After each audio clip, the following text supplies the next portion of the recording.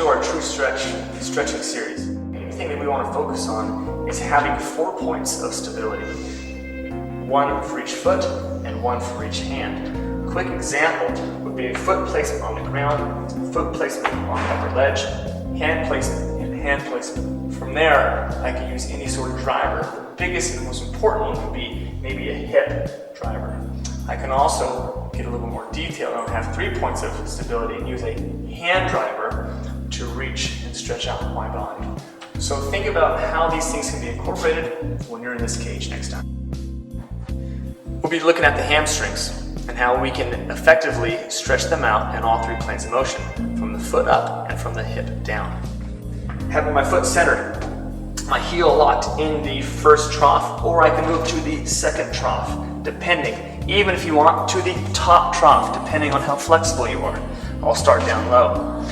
My foot being close to my body, I can grab on in a front position, driving my body forward and my hips backwards, never locking my knee out. Do this several times.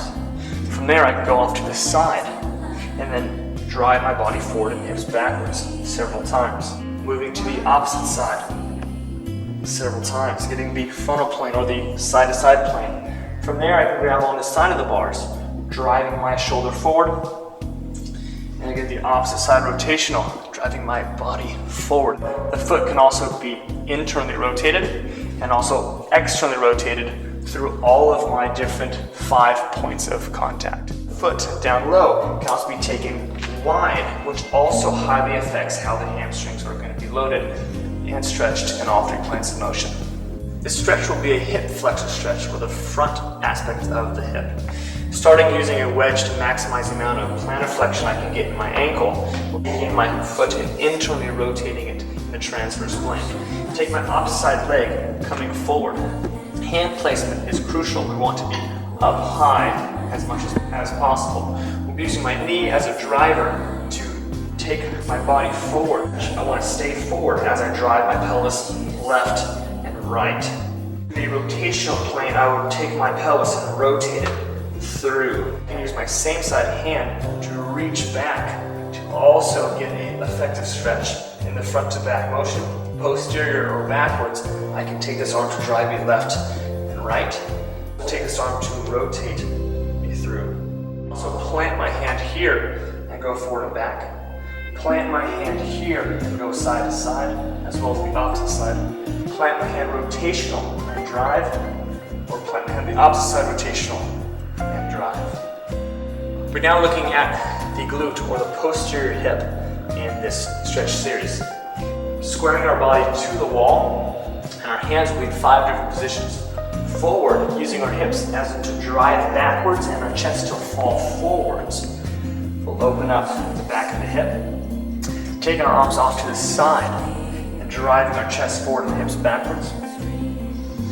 Off on the opposite side, forward, hips going backwards, and then a rotational, taking my closest shoulder, driving it down, hips going backwards to help facilitate. And then last, we're winding up in the transverse plane. It is the most intense as I drive forward and drive back. So we're stretching out the sides of the back, or the big muscles back here are called the lats. Grabbing our both hands in front. And from here we can shake or move our hips left and right. Continue to shift and locking the opposite side elbow to gain a lot of flexibility in these back muscles. To stretch out the front aspect of the chest, even the front aspect of the shoulder, we have 2 ways we can do it.